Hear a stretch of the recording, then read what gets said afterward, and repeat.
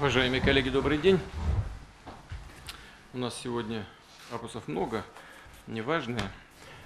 Прежде всего хотел бы сказать, что на меня очень хорошее, серьезное впечатление произвел завод, где мы находимся.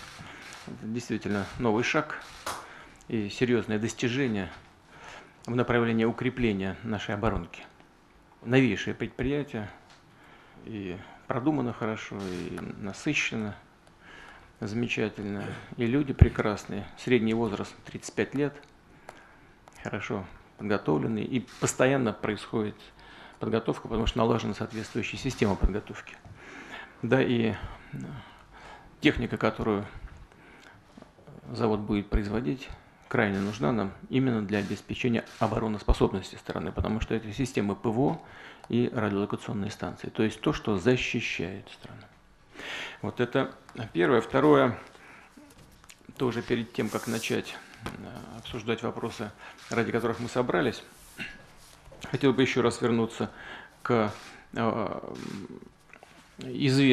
ставшему известному вопросу освобождения города Пальмира в Сирии сирийскими войсками при нашей самой активной поддержке и при нашем самом активном участии.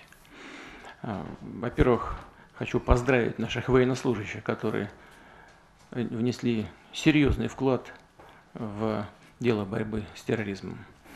Ну, а во-вторых, есть вопрос чисто гуманитарного характера. Это разминирование. В телефонном разговоре с генеральным директором ЮНЕСКО мы договорились о том, что, да, и потом с президентом Сирийской республики договорились о том, что мы, Россия, окажем поддержку в разминировании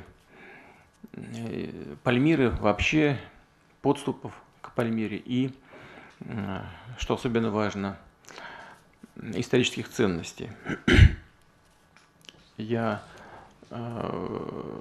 прошу министра обороны, мы уже говорили, Сергей Крутович, с вами, знаю, что вы уже начали подготовку, а после нашего сегодняшнего совещания доложить, что планируется в ближайшее время и как вы думаете выстроить эту работу по разминированию Пальмиры. Ну и теперь основной вопрос. Мы с вами проводим первое заседание комиссии по военно-техническому сотрудничеству в 2016 году. И в начале два слова об итогах прошлого года. Хочу отметить, что Россия сохраняет второе место в списке мировых лидеров по поставкам вооружений и военной техники на глобальных рынках. Причем с уверенным отрывом от следующих за нами стран. Экспорт российской продукции военного назначения в 2015 году оказался даже больше, чем мы планировали, и составил 14,5 миллиардов долларов. Отмечу, что на фоне непростой международной обстановки и экономических вызовов отечественные оружейники действительно держат марку. Предприятия ОПК выпускают качественную продукцию, которая достойно конкурирует на международных рынках. Возможности нашей техники и вооружений были убедительно продемонстрированы и на деле в боевой обстановке в ходе борьбы с террористической угрозой. Уверенно растет портфель экспортных заказов. В прошлом году были подписаны новые контракты на сумму свыше 26 миллиардов долларов. Мы превысили прошлый максимум, который у нас был в 2013 году. Таким образом, объем экспортного портфеля вооружений и военной техники впервые с 1992 года достиг отметки в 56 миллиардов долларов. Конечно, большую роль здесь играют связи с нашими традиционными партнерами. Это страны СНГ, ОДКБ, Индия, Ирак, Египет, Вьетнам, Китай, Алжир, некоторые другие государства.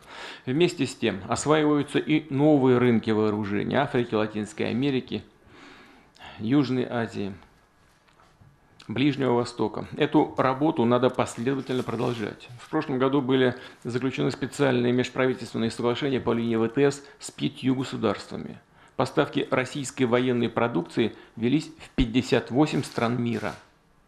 А в целом количество наших партнеров в этой сфере превышает 100 стран. Вместе с тем почти прекратилось военно-техническое сотрудничество с европейскими государствами. Хотел бы подчеркнуть, не по нашей инициативе. Рассчитываем, что это временное явление. Уверены, что в интересах всех стран европейского континента восстановить открытое, продуктивное взаимодействие во всех сферах, в том числе и по линии ВТС. Безусловно, это будет повышать доверие.